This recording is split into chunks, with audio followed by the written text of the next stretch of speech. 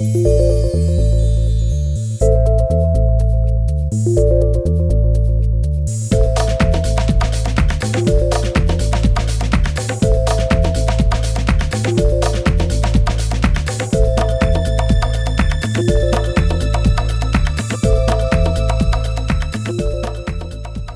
on se met à essayer de comprendre et analyser les clientèles touristiques et les défis touristiques en termes de marketing, il faut comprendre que le défi et les réalités diffèrent selon les mandats qu'on se fait confier en termes de communication, en termes de publicité. Est-ce qu'on doit faire voyager les Québécois et les Canadiens à l'étranger? Alors là, vous allez avoir une sensibilité à leur vendre des vacances plus prolongées, voir quelles sont à ce moment-là leurs préoccupations et comprendre les destinations et les flux. Donc, si votre client, c'est Air Canada, c'est Transat, vous avez une certaine compréhension à avoir du tourisme. Mais si votre défi, c'est de faire voyager les Québécois au Canada ou au Québec, bien, c'est pas les mêmes clientèles, c'est pas le même comportement, c'est pas les mêmes achats.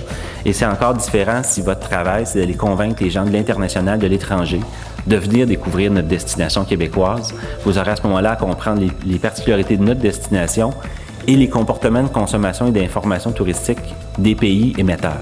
Ce serait faire une erreur que de penser qu'il n'y a qu'un touriste et qu'il y a donc un groupe homogène de gens qui s'appellent des touristes et qui ont un seul comportement de vacances. Non seulement ils sont de marchés différents, ils ont des buts de vacances différents. Quand on creuse dans nos statistiques touristiques, on les isole en voyageurs d'agrément, visiteurs de parents et amis, gens d'affaires et de congrès. Et chacun de cette clientèle-là répond à des attentes et des besoins différents, va réagir donc à des stimuli commerciaux et promotionnels différents. On ne va pas lui offrir juste une destination, une liste de produits et de services. On va essayer de lui expliquer comment il va vivre des émotions. On va lui faire comprendre qu'il y a là des découvertes, des apprentissages, des contacts avec les gens, une expérience authentique qu'il peut personnaliser et qui offrira de plus en plus un rapport qualité-prix. Il y a encore des marchés de prix, mais de plus en plus, il y a un marché de qualité-prix. Les gens comprennent la valeur des choses parce qu'ils sont plus expérimentés, plus informés.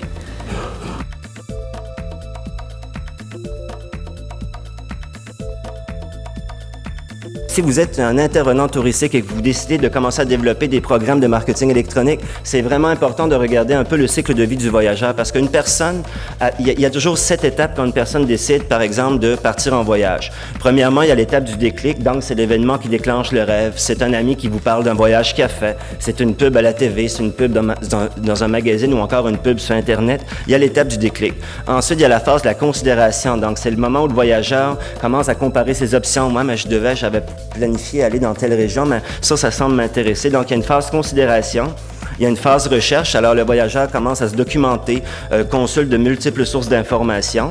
Ensuite, la planification, il concrétise son projet, devient plus rationnel dans son approche. La phase réservation, donc la personne réserve et s'intéresse à d'autres questions, paiement, assurance et blabla. Il y a finalement le voyage. Donc, arrivé à destination, il y aura peut-être besoin de communiquer avec d'autres professionnels, donc d'où les centres d'appel, les offices du tourisme. Et finalement, il y a le après. Et c'est surtout sur le après que moi, je vais me concentrer. C'est le moment où le voyageur partage ses informations, ses impressions et ses expériences. Et le voyageur devient à son tour influenceur. Ça devient en quelque sorte notre porte-parole à nous. On a 2 approches Web 2.0. La première approche est une approche promotionnelle, c'est-à-dire que nous, en tant que ministère, en tant que organisme qui promouvoit la destination québécoise, on a décidé d'aller positionner dans des environnements Web 2.0, donc des contenus sur le Québec touristique. Nous, on ne veut pas berner les internautes en créant des faux témoignages. Je sais qu'il y a certains intervenants qui le font.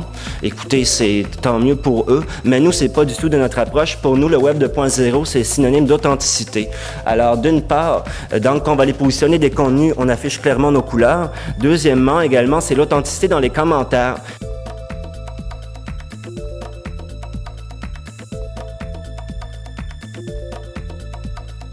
Ce qui est extrêmement important, c'était les outils de mesure.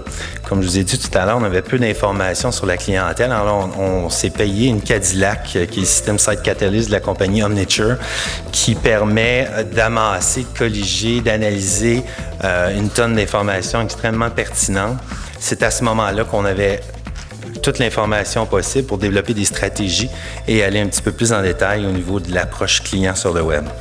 que le web, c'était toujours les derniers. On prenait la brochure, on essayait de l'adapter, et puis on était très serré dans nos délais de livraison.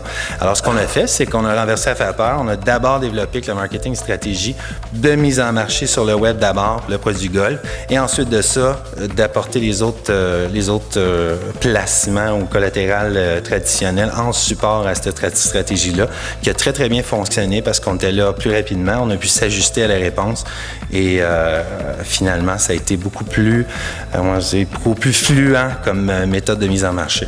En centralisant notre base de données, en segmentant de la même façon, on s'est ramassé avec des bases de données extrêmement imposantes et importantes. Puis là, on était en mesure de mettre des stratégies en place pour l'ensemble des destinations du groupe Intra-Ouest. Et notre reach est encore plus large et meilleur. La mesure devenait primordiale. Et puis, on découvrait des nouveaux facteurs d'évaluation. Bon, je vais parler des visiteurs, la provenance, etc. C'est important. Aujourd'hui, on parle de behavior, on parle d'habitude de navigation. Puis nous autres, au niveau transactionnel, c'était le browse, shop, buy. Le browse to shop et shop to buy. Les gens qui naviguent se retrouvent dans la section magasinage ou constituent un panier. Ensuite de ça, partent du panier et concrétisent l'achat. Donc, ce sont des facteurs qu'on surveille de très près. Qui nous permet de voir si notre offre est claire, notre offre est bonne, si la technologie utilisée ou l'utilisabilité répond bien aux besoins du client de ce qu'il cherche. Un facteur extrêmement important.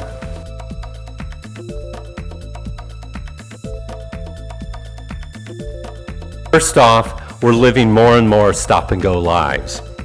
People, and with respect to travel, that means people are taking shorter breaks more often. In the U.S. specifically, 7% more workers took partial weeks off in 2006 than in 2005. In our experiential society, people have less time and are spending more money. People are just trying to get experiences. It's not about the destination. It's about something deeper, something richer when you're in the moment. And it's also about that community connection, whoever your community is. At one time it was your physical community. It's that community that you're traveling with, whether it's your skiing community or someone else that you're going to meet along the way.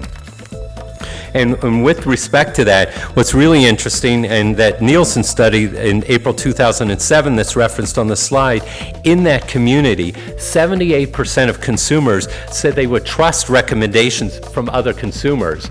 Doesn't necessarily bode well for those of us in the traditional media space unless we're playing also in the user-generated content space.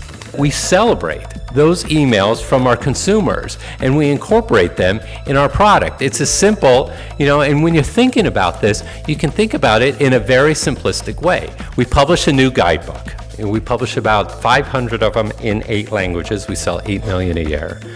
Travelers are out on the road, they have a good experience or they have a bad experience. We mostly hear about the bad experiences. But they write to us and they tell us what they like.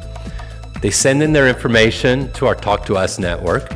And then what we try to do, we try to find out if there's a fundamental issue or if these are one-off issues.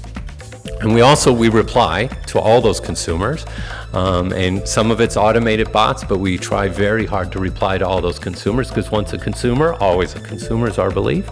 Then we send all of those responses in reams of printed out paper to our authors. And so as our authors are going off to Oaxaca and they're going to cover Oaxaca, they just see what travelers have said to us, and they try to incorporate those results in what they're doing. The reality is by listening to those travelers, by listening to those readers, we have better books. And when I think about that, the value of that is frankly, it's evidenced in something as simple as that Montreal guidebook that I showed you at the beginning. In that Montreal guidebook that I showed you at the beginning, in the current edition that we have, we had 135 consumers give us specific feedback from the last edition to the new edition.